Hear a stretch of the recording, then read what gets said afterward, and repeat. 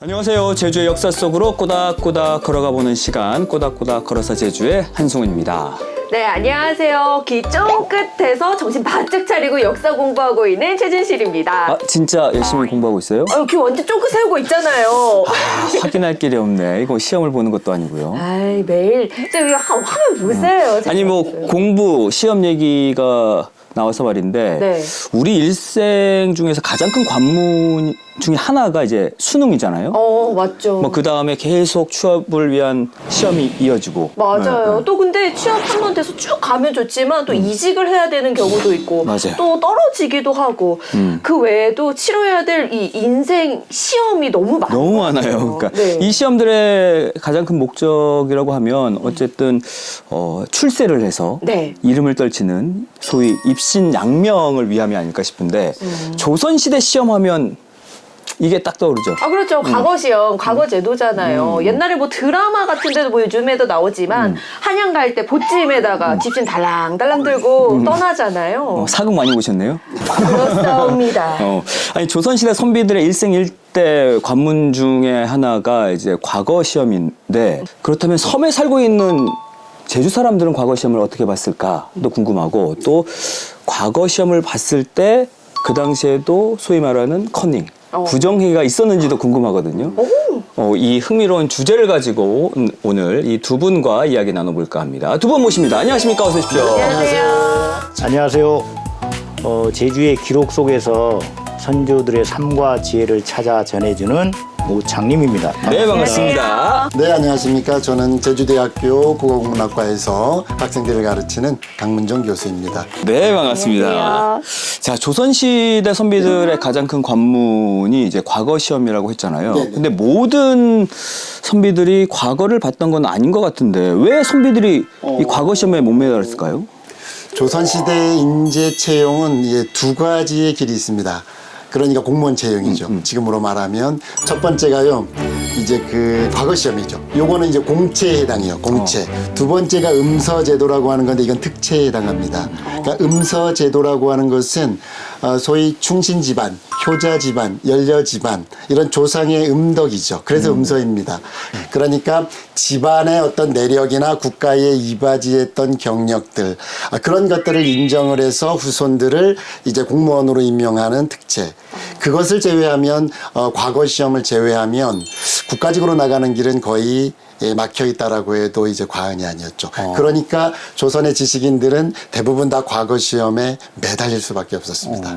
근데 뭐 문과 네, 뭐 네. 이런 게 있었잖아요. 문과가 있어요.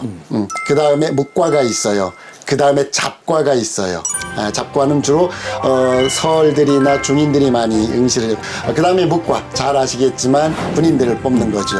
역시 중인층이나 서얼층들이 많이 이제 응시를 했고요. 물론 양반도 응시를 했습니다. 가장 이제 과거의 핵심은 문과인데 지방직도 있고 국가직인데 조선시대 때는 지방직을 별도로 뽑지는 않았습니다. 물론 이제 지방에서 관리를 채용했죠. 정시와 별시가 있고 정시는 3년에 한 번을 뽑았는데 요게 이제 문과에 해당하고요. 대과에 해당하는데 전부 33명밖에 뽑지 않았어요. 그러니까 잘 생각해 보세요. 3년에 33명을 뽑는 거예요.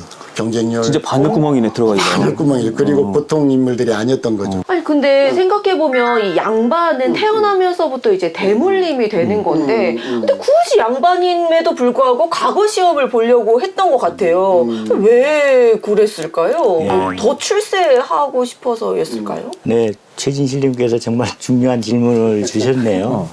조선시대 양반은 핏줄이 좋다고 반드시 그 유지되는 신분이 아니었어요. 조선시대 양반은 가문의 명예를 지키기 위해 가지고 또 진정한 지배층으로 인정받기 위해서 반드시 넘어야 되는 게 이제 과거 급제였던 거죠. 가장 큰 목표는 입신양명이었고요. 더 현실적으로 뭐 법으로 정해진 건 아니지만 사회적으로 그 분위기가 그랬어요. 3대 안에 문과 급제자가 나오지 않으면 가문의 영향력이 뚝 떨어졌던 거죠. 네, 그러니까 중앙 권력에서 멀어지는 항반으로 전락하기 쉬웠던 거죠. 그래서 한마디로 이제 중앙 권력에서 멀어진 향반으로 전락되면서 과거급제라고 하는 게 결국은 양반에게는 신분을 유지하긴 어떤 의무 같은 거였고 평민에게는 신분을 바꾸기 위한 일종의 통로였다는 거죠. 그럼 과거 시험은 양반 말고도 누구나 응시할 수 있었어요? 네, 누구나 응시가 가능했고요. 역시는 소위 말해서 출세하다, 과거급제에서 사회적인 지위를 획득하다. 양명은 이름을 떨치다예요. 효의 끝판왕. 이게 입신양명이에요. 왜 그러냐면 과거의 급제에서 내 이름을 떨치면 나의 이름이 높아지는 만큼 누구의 이름이 높아지냐? 조상의 이름이 높아지는 거예요. 그래서 이게 효의 끝판왕이에요. 과거의 시험을 보기 위해서는 단자를 제출해야 됩니다. 신분을 증명할 수 있는. 그걸 4대까지 기록을 해요.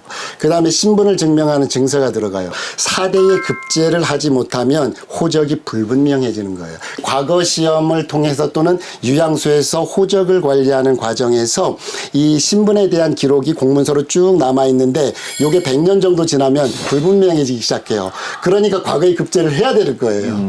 무섭네요. 무섭죠. 조선의 신분제도는 양반, 중인, 상민, 천민이 아니고요. 양인, 천인입니다. 그러니까 조선의 신분제는 양천입니다. 보통 양인층에서는 대부분 양천제 입각해서 양인층은 대부분 응시가 가능했는데요. 불가능한 사람이 있죠. 자, 근데 요거는 이 시점에서 시청자분들에게 퀴즈를 내겠습니다. 과연 조선시대 때 과거에 응시할 수 없는 사람들은 어떤 사람이었을까요? 그냥 저는 제주도 사람으로서 네네. 뭔가 과거 시험을 보러 가려고 하면 멀미하면 못 갈 것 같아요. 거리. 아니, 배 타고 가야 되잖아요. 귤이 멸미에 얼마나 좋은데. 귤 먹고 가면 돼요. 멀미하면 일단 시험을 못 보잖아요. 컨디션이 안 좋아서. 네, 컨디션 안 그건 안 좋아서. 좋은 거고 시험 보러 갈 수는 있는 거지. 저는 네네. 일단 여성들 못 볼 것 같고. 네, 여성은 당연히 자격 제한이. 아예 대상 자체가 안 됩니다. 그쵸? 아. 근데 그 말고 또 있다고요? 아, 맞죠. 많습니다. 안 그러면은 뭔가 범죄를 저질렀던, 네. 잘못을 저지른 맞습니다. 범죄자 같은 거. 맞습니다. 그게 네, 맞아요? 있습니다. 네. 자격은 있으나 시험을 못 보는 분이 이제 3년상을 치르는 분, 부모님의 3년상을 치르는 분들은 이제 그 효도의 문제 때문에 이제 자격은 있죠. 그러나 이제 시험을 이제 보지 않는 것이 관례이고요. 범죄자. 보통 범죄자는 즉 형법에 위배해서 형을 받은 범죄자. 이분들은 응시가 금지되었죠. 공무원 자격을 상실한 거죠. 그 다음에 이제 중요한 것은 이게 참 저는 재미있는데 아버지가 잘못했다고 자식까지 잘못하게 되는 거니까 즉 쉽게 말하면 뇌물이라든가 범죄에 연루되었던 사람의 자식 약간 연좌제처럼. 네, 이게 연좌제가 있는 거예요. 그 다음에 또 하나 이제 우리 여성들을 억압했던 가장 대표적인 것 과부의 재가를 가능은 했지만 재가한 과부의 자식 역시 금지됐습니다. 그 다음에 이제 신분제의 영향에서 이제 천인으로 분류된 사람들 굉장히 아예 불가능했고요. 아니 그럼 아버지가 뭐 잘못했다. 네네. 그 아들이다. 그리고 뭐 제가 여성의 아들이다. 네네. 이런 것들 기록에 남아 있어요. 다 어떻게 남죠. 확인해요? 다 남죠. 아, 그래요? 그거는 공문서로 남아 있습니다. 그럼 몰래 응시할 수가 전혀 없네요. 없습니다. 아니 또 과거 기간에는 전국에 있는 사람들이 다 올라가잖아요. 네. 근데 거기 과거 시험장에 들어가는 것도 여간 어려운 일이 아니었을 것 같아요. 네, 그 아수라장 같은 그 현장의 풍경을 생생하게 그려낸 글이 있습니다. 그 바로 연암 박지원 선생의 하북림과인데요. 그런데 이 글에는 특별한 사연이 있어요. 그 조카가 과거 시험에서 낙방해가지고 시리에 그 빠져 있는 걸 위로하기 위해서 쓴 글이었거든요. 그래서 연암은 수만 명이 몰려들었는데 겨우 합격한 사람은 겨우 20명에 불과했다라고 합니다. 그러면서 우리가 흔히 쓰는 이제 만일이라는 말을 쓰면서 그 만분의 일이라는 뜻이잖아요. 근데 그 수많은 과거 합격자들이, 과거 시험자들이 몰려들었는데 겨우 20명만 합격했기 때문에 이건 그 너무 불합리하다. 예, 그래서 그 조카에게 그 얘기를 하는데 네가 실력이 모자라서가 아니라 이 제도가 이 모양이니 너무 낙담하지 마라 라고 다독이면서 사회를 향해서는 이게 과연 공정한 인재 선발이냐라고 선비다운 그 어떤 비판적인 시각을 보여준 거죠. 만약에 조카 합격했으면 그 글은 안 썼을 수도 있겠네요. 맞습니다. 근데 그렇게 많은 사람들이 응시를 하면 뭐 누가 누군지 아까 뭐 신분 검사 네네네. 철저히 한다고 했는데 네네네. 그리고 또 네네. 채점 같은 경우도 네, 채점도. 예. 이게 쉽지 않았을 것 같아요. 정말 어려웠죠. 그 과거 시험을 다 이제 수많은 답지를 다 읽을 수가 없잖아요. 당대 최고의 지식인들은 키워드를 딱 보면, 답지의 키워드를 딱 보면 이게 잘 된 글인지 안 된 글인지 알 수 있고요. 시의 형태로 작성된 것도 있어요. 그렇기 때문에 막 길지는 또 않았습니다. 어마어마한 많은 사람들 응시를 했기 때문에 네네. 채점자 입장에서도 처음 빨리 낸 사람들 건 좀 신중하게 보고 좀 나중에 나면은 막 좀 맞습니다. 힘들어가지고 그게 정답입니다. 그래서 합격률이 높은 게 빨리 낸 사람들의 답지가 합격률이 높았고요. 좋은 글씨로 된 답지가 이제 글씨도 잘 써야 돼요, 맞아. 근데 가난한 선비는 보기가 힘들었어요. 김홍도의 속과 응시라고 하는 그림이 있어요. 335가 모여서 토론을 하면서 보고 있습니다. 이게 사실은 정조시대까지 굉장히 문제가 됐던 거예요. 왜 그러냐면 과거 시험에 들어가려면요, 첫 번째 좋은 자리를 잡아야죠. 자리를 잡아주는 사람을 고용합니다. 힘있고 막 이렇게 한 사람이죠. 이걸 선접군이라고 합니다. 그 다음에 또 같이 들어가는 사람이 하나 있습니다. 명필입니다. 서수, 글자 서자에 손수자를 써서 명필을 한 명 딱 이제 고용하고 갑니다. 핵심은 거벽을 또 데리고 갑니다. 거벽. 거벽은 뭘까요? 뭐가 필요하지 또? 뭐가 시험잘 볼 필요하지? 때? 거벽은. 망 봐주는 사람? 아니, 아이, 무슨 거벽.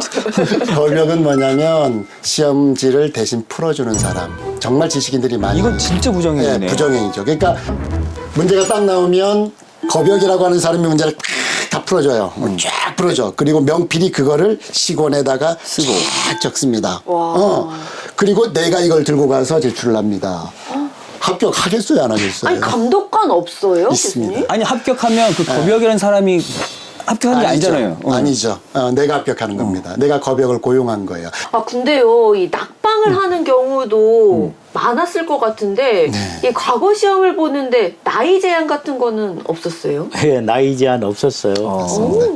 그래서 놀랍게도 5살짜리 신동이 응시했다는 기록도 있고요. 와 진짜 천재다. 예, 반대로 그 평생을 과거에 도전해서 70, 심지어는 80에 급제했다는 그런 기록도 있어요. 와. 보통의 경우에 이제 평균 연령이 한 30대 중반에 급제를 많이 했는데 수십 년 낙방을 하면서도 포기하지 않았던 이유는 선비에게 과거라고 하는 게 평생의 수건이었고 자기 존재의 증명과도 같았기 때문입니다. 맞아요. 맞아요. 근데 5살부터 본다는 건 진짜인지 모르겠지만 한글이 아니잖아요. 한문으로 볼 텐데 그렇죠. 네, 너무 네. 대단하다는 생각도 들고. 네, 네. 근데 이 한문으로 내는 어려운 문제를 누가 내요? 문과는 예조에서 출제를 합니다. 예조. 묵과 군인, 그러니까 이제 국방부죠. 지금으로 말하면 병조에서 이제 출제를 합니다.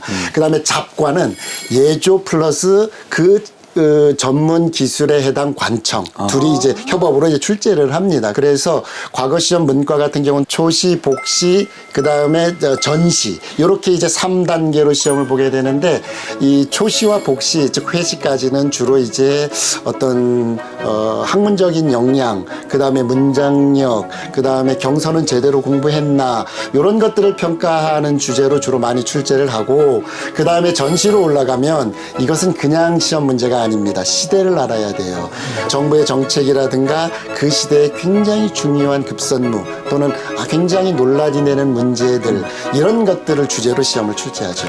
그러니까 지금처럼 객관식은 없었을 것 같고 전혀 없습니다. 그러니까 객관식. 대부분 주관식이나 논술형일 것 쓸 수가 같아요. 없습니다. 객관식은 맞아요. 네, 100% 논술형이고요. 구술시험도 마찬가지입니다. 구술시험도 있고. 마찬가지. 구술시험 중에는 이제 문과, 대과에 합격한 사람 33사람을 대상으로 보는 구술시험이 가장 유명해요. 요거를 책문이라고 합니다. 33명이 이미 합격을 했어요. 그리고 왕 앞에 딱 갑니다. 가서 왕하고 이제 토론을 하는 겁니다. 이게 마지막 관문이에요. 이때 어떤 정책에 대해서 왕하고 토론을 하죠. 토론을 하는데 그때 이제 확 드러나는 거예요. 아니 근데 근데 그 구술 시험 자체가 현장에서 딱 맞닥뜨리잖아요. 맞아요. 그러면 정책 너무 토론. 당황스러울 것 같아요. 네, 정책 토론이에요. 만약 그 주제가 네. 모르는 주제면 어떻게 해요? 뭐 컨닝할 수도 없잖아요. 맞습니다. 근데 네. 당연히 있었죠. 오히려 상상을 초월하는, 요즘으로 생각해도 상상을 초월하는 방법들이 동원됐습니다. 어떻게 해요? 경쟁이 치열할수록 그런 유혹들이 커지는 법이니까요. 조선시대 과거 시험에서 컨닝을 했다. 컨닝 많이 했었죠. 자, 그러면 네. 어떻게 컨닝을 했는지, 어떤 부정행위가 있었는지 네, 네. 화면으로 만나보겠습니다.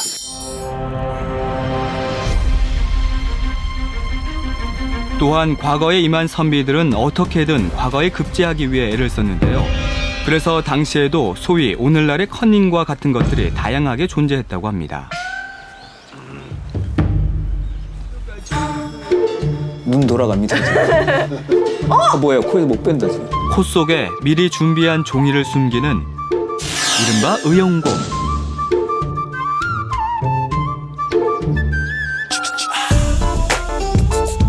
작은 종이를 부태 끝에 숨기는 협서.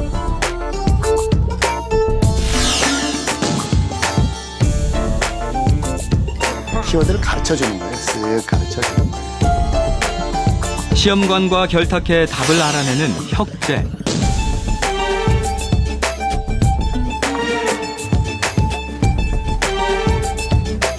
또 옆 사람과 답안지를 몰래 바꾸는 환관. 뿐만 아닙니다. 남의 답안지를 베끼거나 대리시험을 보는 자술. 어떤 노력도 안 하는 저 컨닝 방법이잖아요. 지금.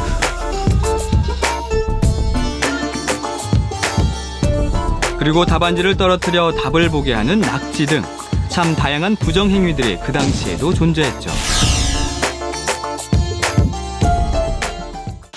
와, 진짜 저 때도 부정행위가 있었네. 아니 뭐 어마어마했습니다. 부정행위가 어마어마했어요. 기발한 방법들이 다 동원이 되는 것 같아요, 지금. 저기에서 다뤄지지 않은 것 중에 하나는 뭐냐면 시험 문제가 출제가 되면 그 시험 문제를 밖으로 빼돌려요. 밖으로 빼돌려서 밖에서 답안지를 작성해서 안으로 드리는 방법이 있습니다. 아니, 그게 가능해요? 가능해요. 그러니까 그런 열정이면 공부를 해라, 공부를 해, 진짜. 똥말이 났죠. 그 머리를 쓸 거예요. 대단했습니다. 아니 근데 만약에 뭐, 네네네. 컨닝하다 걸리면 어떻게 돼요? 그거는 이제 퇴장당해요? 굉장히 많은 종류의 형벌이 있어요. 그러니까 장을 맞기도 하고 유배를 가기도 하고 이제 구속이 되기도 하고 심지어는 아주 심할 경우는 사형도 이제 당하기도 합니다. 그런 과거 부정행위를 한 사람들을 칭하는 용어가 있어요. 그걸 과적이라고 합니다. 과적. 그런 사람은 굉장히 엄한 형벌을 내렸어요. 그러면 네네. 그 제주 사람들 가운데에서도 그렇죠. 과거 시험에 합격한 사람들이 많았어요? 물론 많았죠. 자랑스러운 인물들이 적혀 있는 기록이 있는데요. 제주향교에 보면 그 연방록과 용방록이라고 하는 기록에 보면 고스란히 남아 있습니다. 초시, 참화시에 합격한 그분들의 24명의 기록이 연방록에 되어 있고요. 마침내 이제 하늘로 솟구치는 용에 비유되는 용방록은 최종 관문인 이제 문과에 급제한 인물 56명의 기록이 있습니다. 단순히 그냥 이름만 적혀 있는 건 아니고요. 뭐 형제가 나란히 합격하면 연벽, 또 뭐 환갑에 합격한 분은 뭐 회방이라고 적혀 있거든요. 한 사람 한 사람 인생 이야기가 이제 그 행간에 숨어 있는 거죠. 그 척박한 섬이라는 환경을 극복한 선비들의 그 열정적인 삶을 후손들이 기억하려고 했던 그런 역사적인 기록인 거죠. 제주도도 이제 향시를 받겠죠. 제주의 과거 시험에서 반드시 기억해야 될 것은 승보시입니다. 승보시. 승보시입니다. 이거는 이제 서울에 있는 사부학당 학생들을 대상으로 치르는 시험이었는데 승보시를 개성부와 탐라목에서만 시험을 인정해 줬어요. 그럼 제주에서도 볼 수 있게 한 거예요? 그렇죠. 승보시는 이익태 목사가 처음으로 이 승보시를 시작했어요. 허락을 받아서. 그게 1695년입니다. 이 승보시만큼은 그래도 공인된 최고의 시험이었습니다. 제주에서 치러지는 과거 시험. 그게 그래서 첫 과거 시험이었던 거예요? 제주에 1695년 아닙니다. 그게 첫 과거 시험은 아닙니다. 1623년에 보지요. 첫 과거 시험이라기보다 첫 향시로 기록된. 그럼 이 기록된 첫 과거 시험에서 합격한 또 합격자가 있을 거 아니에요? 예, 오섬이라는 인물인데요. 1623년 인조임금의 명으로 제주에서 문과 별시가 시행돼요. 이때 그 오섬 선생이 36세 때 당당히 합격을 하게 됩니다. 사실 오섬 선생은 이전 이미 8년 전에 진사시에 합격했던 실력자였거든요. 그 문과 별시가 제주에서 시행될 즈음에 그 출육 금지령이 강화되던 시기였거든요. 그 물론 나라에서는 세금과 뭐 부역을 감당해야 될 백성들이 섬 밖으로 빠져나가는 걸 막아야 했겠죠. 그런데 밖으로 나가지 말라고 통제하면서도 한편으론 우리가 나라에 필요한 인재를 뽑는 과거 시험을 현장에 가서 보겠다라고 하는 혜택을 주었던 거죠. 특혜라고 볼 수는 있겠네요. 특히 오섬 같은 경우는 어찌 보면 특혜일 수는 있어요. 왜 그거냐면 읽어드릴 테니까 들어보세요. 인조 1년 1623년 제주에 관원을 보내어 시험을 보이고 그 시권을 가져다가 대제학에게 명하여 등재를 매기게 한 다음 진사 오섬을 직부 전시하게 하였다. 요게 이제 왕조실록의 전문입니다. 직부 전시. 낯설죠? 네. 직접 붙이다. 뭐의 전시에. 한 단계를 뛴 거죠. 건너뛴 거죠. 왕은 오섬의 답지를 누구로 하여금 평가를 하겠냐? 대제학을 통해서 평가하게 했습니다. 대제학은 문형이라고 합니다. 문장을 저울질하는 사람입니다. 그만큼 문장이 핵심이에요. 그러니까 엘리트 중에 엘리트죠. 상징적인 인물이에요. 당대 최고의 문장가인 대제학으로 하여금 이 오섬의 답지를 검토하게 한 거예요. 대제학이 인정한 거야. 이거는 왕보다도 이거 위에 있는 거예요. 이 평가에 있어서는. 그래서 대제학이 인정을 했기 때문에 직부 전시할 수 있었던 겁니다. 근데 그거는 거기서 그렇게 생각하는 거지. 다른 응시자들 같은 경우는 맞아요. 불합리한 거죠. 불합리하다 할 수 있잖아요. 우리도 대제학한테 평가받게 해달라 이렇게 건의할 할 수도 있죠. 있잖아요. 맞아요. 이 변방에서 이만한 인재가 있다라고 하는 것을 배려를 한 것 같아요. 왜냐하면 기회가 균등하지 않고 그 다음에 아까 뭐 배를 타고 멀미한다 등등 이게 접근성이 떨어지고 그러다 보니까 정책적으로 배려를 하지 않으면 불가능한 겁니다. 네, 그런 정책적 배려가 문면에 익히죠. 그러니까 이런 특혜 논란이 있었을 당시에 그렇게 상소도 뭐 올라왔다고 하던데 네, 네, 네. 어떤 이야기가 있었는지 화면으로 만나보겠습니다. 이런 혜택에 대해 논란도 많았다고 합니다. 전하, 현재 모든 과거 응시자는 향시와 회시를 거쳐야만 최종적으로 전시를 볼 수 있도록 법으로 정해져 있사옵니다. 하온데 현재 제주의 경우 향시를 통과하면 바로 전시에 응시할 수 있도록 하고 있어 다른 지역 백성들의 원망이 대단하옵니다. 어허, 원성이 나올 법도 하구나. 하지만 제주도는 사정이 다르질 않느냐. 한번 과거를 보려고 한양까지 오려면 배를 타고 몇 날 며칠을 바다를 건너 와야 하고 또 내륙에 이르러서도 좋기 달포는 걸려야 한양에 도착을 할 수가 있다. 사정이 이런데 어떻게 과거의 전 과정을 밟아 나갈 수가 있겠느냐? 하오나 전하, 시험과 등용은 공평해야 할 것으로 사료되옵니다. 더욱이 제주 백성의 시험제에는 따로이 제주라고 명기되어 있사온데 이는 소수의 제주 백성만을 위한 특혜라고 인식되지 않을까 염려되옵니다. 다반제 제주라고 명시를 했다면 이건 정말 특혜다라고 생각할 수가 있겠네요. 네, 정책적 배려입니다. 네, 없을 수가 없어요. 맞습니다. 조정에서는 특혜라는 비판도 있었지만 현종 임금의 경우에 제주에 대해서 배려가 참 각별했습니다. 그 과거시험 절차를 간소화해 준 것을 넘어가지고 급제한 제주인과 그 부모님에게 쌀을 하사했다는 기록이 승정원 임기에 나오거든요. 바다 건너 멀리 있는 제주의 백성도 나라의 귀한 인재로 쓰겠다고 하는 임금의 특별한 어떤 메시지였던 것 같아요. 그래서 인재를 얼마나 소중히 여겼던지 보여주는 대목이라 할 수 있죠. 아니 그나저나 아까 첫 제주 과거 시험에서 합격한 분이 오섬이라고 했잖아요. 오섬. 근데 뭐 임금님 앞에서 이제 봐야 되는 시험이 하나 남아 있기는 하지만 그래도 제주에서 실시한 첫 과거 급제자였으니까 아니 얼마나 좋았을까요? 지금 같으면은 그 동네 네. 곳곳에 이제 현수막도 걸고 또 그 지역 신문에다가 이제 광고도 싣고 막 그랬을 건데. 돼지 잡고 이제 떡 올리고 해야죠. 맞아. 당시 재현 영상이 있다고 하거든요. 네. 한번 만나보시죠. 한편 제주에서 실시한 별시에서 최초로 급제한 오섬은 마을 주민들의 큰 자랑이었습니다. 아이고 오서방 진짜 잘했죠. 너 잘해서. 아니죠. 이게 과거의 급제의 신한 나리를 불러서 게 나리. 나리는 무슨 나리과? 다 삼촌들 진짜 집안에 자랑이 경사죠. 있는 거죠. 제주에 지식인이 많지 과거 않았거든요. 시험이 어디 쉬운 거라. 경하고 띵참 행운이신 사람이요. 나는 저 멀고 가만 바다 건너가 은행 시험 마신디 너는 제주에서 보는 시험에 딱 붙어시나 아니라. 가이 누게니 가이. 너 친구 말이여게. 저 매일 과거 준비 없네 하신디 봄인 털어지고 그냥 가이도 가이주마는 가이네 어멍아방 저 논보기 챙피행하고 또 경하고 가이 과거 시험 뒷구멍 막지는 난 가네 집안 폐가 망신해 부르시네. 아유, 그래도 이제 시작이오다게. 이제 또 궁궐의 강 임금님 앞에서 마지막 시험 봐사 경회사 될 거마시. 경회도 영훈 계종 삼촌들 참말로 고맙수다야. 아이고 잘했죠. 자, 앞서 입신양명을 얘기했는데 그럼 오섬은 과거 급제 이후에 입신양명 했나요? 입신양명 했죠.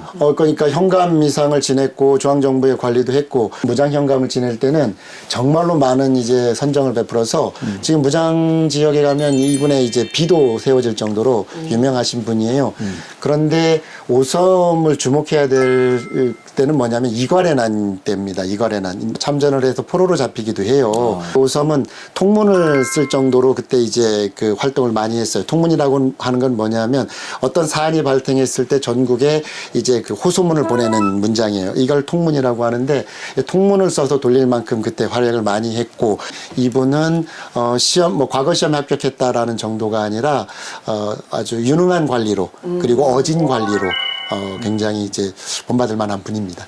아니 오섬은 제주에서 본 과거 시험에 급제한 사람이고 그렇다면 한양에서 급제한 분도 계시겠죠? 네, 전공법으로 한양에 가서 실력을 증명한 분이 계십니다. 바로 제주 유학의 큰 스승으로 떠받치고 있는 명도암 김진용 선생입니다. 명도암이요? 네. 아, 그 봉계동에 있는 명도암 마을의 명도암하고 같은 마을. 네, 그 명도암 마을에 바로 선생님께서 후학들을 양성하시면서 사셨던 곳입니다. 그래서 사람들이 그 존경하는 의미를 담아가지고 호처럼 명도암 선생이라고 불렀던. 그럼 실제 호예요? 명도암. 네. 오, 되게 특이하네. 그럼 명도암 김진용 선생님은 어떤 분이에요? 그러니까 명도암이 제주 교육에 어마어마하게 이제 하신 분인데 진사시 합격합니다. 김재용 선생은 진사시 합격하고 더 중요한 거는 경학 전강에 합격을 해요. 경학을 가지고 이제 구술로 토론을 하면서 그걸 통과하는 거예요.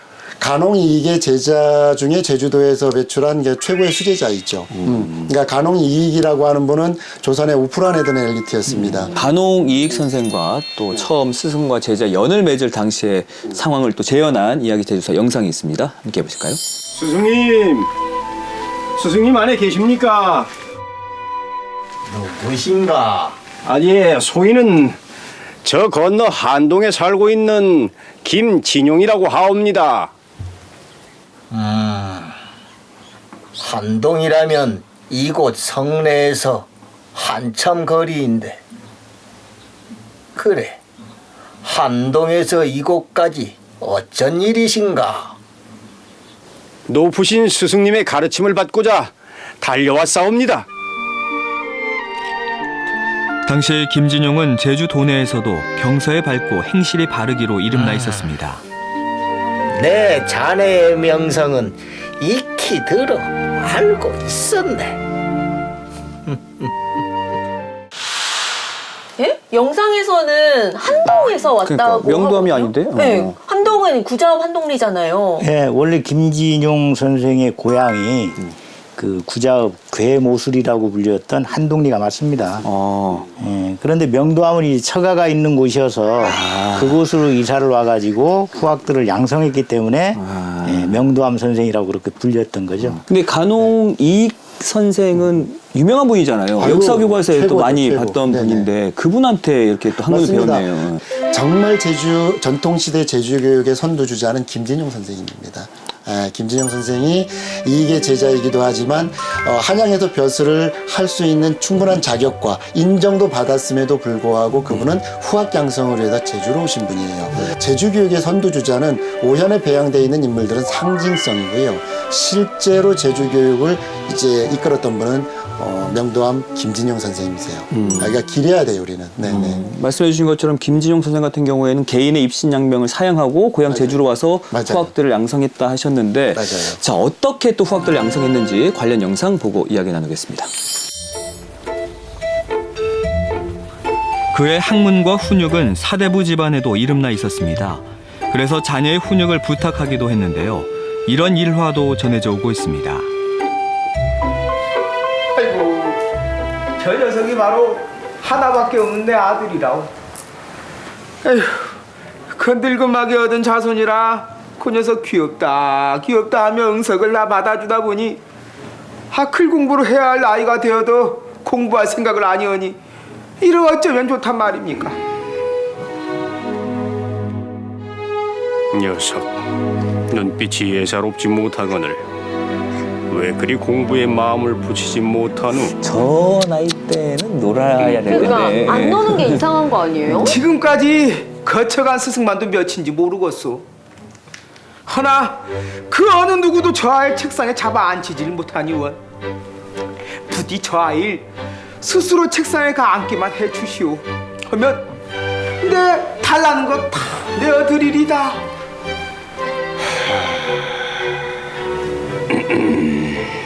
그렇다면 몇 가지 약조를 하셔야 하겠습니다. 약조? 좋소. 하지요. 까짓거 하나밖에 없는 내 새끼 사람 만드는 건데 그까지 약조쯤이야. 소인이 훈육을 하는 동안 어떠한 일이 있어도 끼어드셔서는 안 됩니다. 하나 더. 하나 더? 지금은 대감님의 자제이긴 하나 제가 맡은 동안은 제 제자이니 자제께서 어떤 도움을 청하여도 남보듯 하셔야 합니다. 전적으로 저를 믿으셔야 됩니다. 남부 드시라. 그것도 뭐 하지요.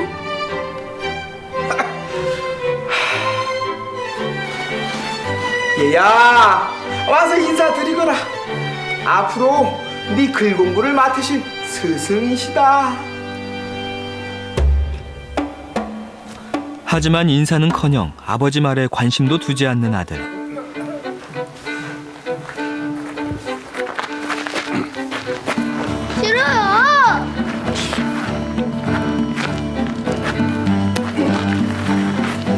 막무가내로 아들을 들쳐안고 어디론가 가는 김진용. 아니 이보시게. 아이고 아니 이보시게.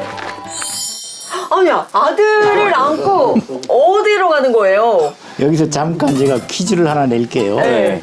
김진용 선생은 제자가 될 아이를 안고 어디로 간 걸까요? 아니, 아까 아이가 선생님이 말씀을 하시는데도 막 그 우리 제주도 말로 베린 척도 안 했잖아요. 관심이 없어서 진짜. 관심 없는데 글쎄 어떻게 했을까요? 좀 혼쭐을 내주려고 했던 것 같은데. 맞아, 일단은 김용 선생의 표정이 네. 약간 엄한 표정이셨어. 밝은 표정이 아니셨거든요. 네. 그러면 일단 뭔가 훈육을 하러 뭐 생각하는 의자, 진실의 방, 뭐 이런 데 데려가지 않았을까요? 아니면 저 혹시 그냥 무서운 척 해놓고 그냥 좀 달래려고 곶감 같은 거 주면서 그러지 않았을까요? 아니, 정답이 뭐예요? 정답을 말씀드리기 전에 이 일화가 김진용 선생의 교육 철학이 잘 드러나는 그런 점을 염두에 두시고 과연 이 아이는 어떻게 됐을까요? 화면으로 함께 확인하시죠.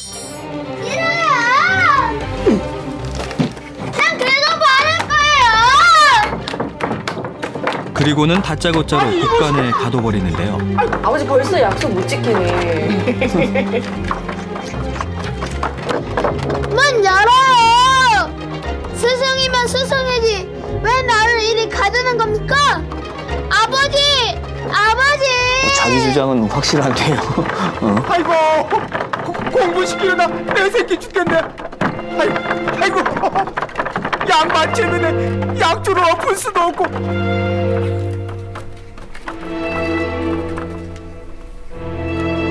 아무리 그래도 난 그 공부는 안 할 거예요! 아버지 미워! 아, 제가 맞췄네요. 맞아요. 국간, 진실의 방. 왜 저기 가둔 거예요? 네, 김지용 선생의 교육법 중 가장 유명한 일화거든요. 그 아이의 타고난 자질을 믿고 스스로 깨질 때까지 묵묵히 기다려준 거죠.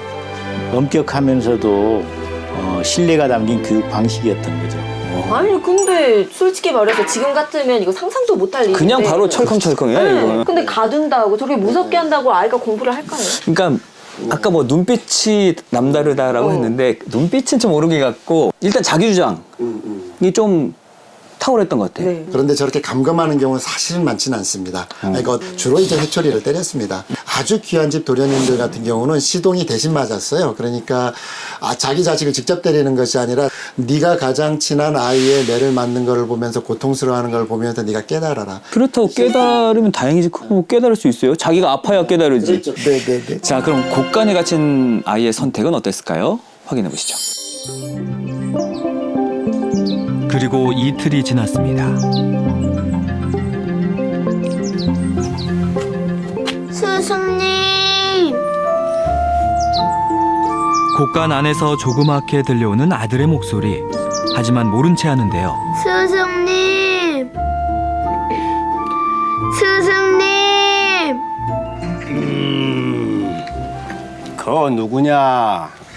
분명히 나를 부르는 것 같은데 여기에 나를 스승으로 생각하는 이가 없는데 말이지. 소인이 옵니다. 문 좀 열어주십시오. 어두워서 무섭고 배도 고프고 죽겠습니다. 이곳만 나갈 수 있다면 스승님의 가르침 달게 받겠습니다. 아이고 내 아들.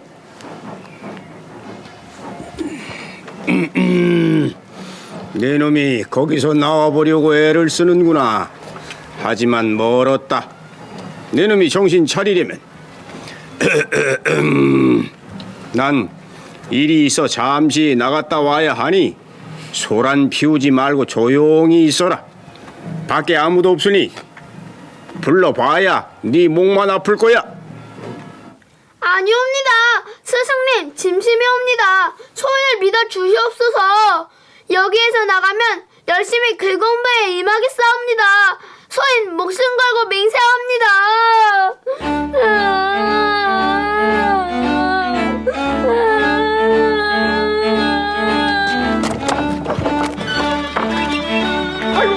아이고 내 새끼. 오다가 잘못했사옵니다. 아니 결국 공부를 하기로 했네요. 근데 결국 공부해서 이 애기가 뭐 과거 급제까지 뭐 하나요? 과거를 예. 봐요? 근데 이 아이는 훗날 이제 과거에 급제까지 했다고 하니까 와. 그 참교육이 힘이 얼마나 큰지 보여주는 사례라고 할 수 있습니다. 아니 자기 아이를 김진용 선생에게 교육을 맡겼다라는 건 그만큼 이 선생에 대한 뭐 믿음, 그렇죠. 신뢰가 신망이 두터웠던 것 같아요. 그럼 제주 지역 사회에서는 최고죠. 그 당시 제주의 교육 환경은 안 좋았을 것 맞겠죠. 같은데. 열악한 정도가 아니고요. 그 상교 중심으로 이제 공적인 교육이 이루어졌고 그 다음에 서당은 아예 없었다고 봐도 과언이 아니에요. 그러니까 제주 목사들이 오거나 또는 어떤 순력을 했을 때 많이 지적되는 것이 향교가 방치되어 있다라는 거예요. 그러니까 인재도 없었고 시설도 안 좋았던 것이죠. 이계라고 하는 분이 이제 1658년에 이제 목사로 부임을 하시는데 이분이 제주도에 이제 그 학문을 진흥하다 이렇게 하는 이제 그거에 굉장히 노력을 많이 했는데 이때 김진영 선생이 활약이 됐던 것이죠. 그러니까 이궤 목사의 정책적인 의지가 있었고 김진영 선생의 어떤 뛰어난 리더십과 어떤 학덕 이게 있었기 때문에 그때 이제 김진영 선생이 주장을 해서 만들었던 것이 장수당입니다. 이 건물을 하나 건립한 게 왜 중요하냐면 교육을 시스템화 시키는 거예요, 이런 것들이. 그 정점에 누가 계셨냐? 김진용 선생님이. 그렇구나. 그래서 장수라는 이름을 뭐 들으시면 오래 살라는 뜻인가? 라고 생각하실 텐데요. 이게 사실은 유교 경전인 예기에 나오는 간직할 장자에 닦을 숫자. 네. 그래서 배운 것을 마음속 깊이 간직하고 오래오래 닦아야 한다라고 하는 뜻이죠. 지식만 쌓는다는 데 중점을 둔 게 아니고요. 그 인격까지 수양해야 된다라고 하는 선비의 정신이 담긴 이름이죠. 이 장수당이 이제 훗날 균림서원의 뿌리가 됩니다. 김진용 선생이 장수당을 건의할 당시의 상황을 또 재현한 영상이 있습니다. 지금이야 목사께서 계셔서 유생들이 그나마 마음 놓고 글을 읽고 학문의 깊이를 더할 수 있지만 이후 목사께서 임기를 마치고 돌아가신다면 이대로 계속 유지될지도 의문이고 또 의지할 데 없는 유생들은 학업을 포기하고 고향으로 돌아가 농사를 지을 게 분명합니다. 그렇다면 이 일을 어찌하면 좋겠소? 제주성 남쪽에 폐허가 된 집이 한 채 있사옵니다. 그곳은 한성 판윤을 지낸 고득종 어른의 집이지요. 고 판윤께서는 두 아들이 있었는데 그들 모두가 문과에 급제를 했고 조정에서도 제 역할을 훌륭히 수행하고 있습니다. 그 일은 나도 익히 알고 있소만. 고득종 어른은 물론이요. 그 자손들까지 훌륭하게 키워낸 좋은 터란 말씀이지요. 그래서 드리는 말씀인데 그곳에 집을 지어 공부하는 곳으로 삼고 얼마간의 양식과 책을 마련해 준다면 흥학의 기운이 제주 후손 대대로 이어지지 않을까 합니다.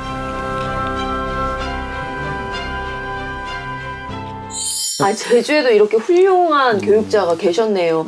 이제 제주 교육을 이야기할 때 김진용 선생님을 빼놓으면 안 될 것 같아요. 맞아요. 제주 교육에 큰 획을 그으신 어른이신 것 같아요. 네, 가장 큰 역할을 했다고 저는 봐요. 아까 또 영상에서 그 고득종 어른의 이름이 나왔는데 그분은 누구세요?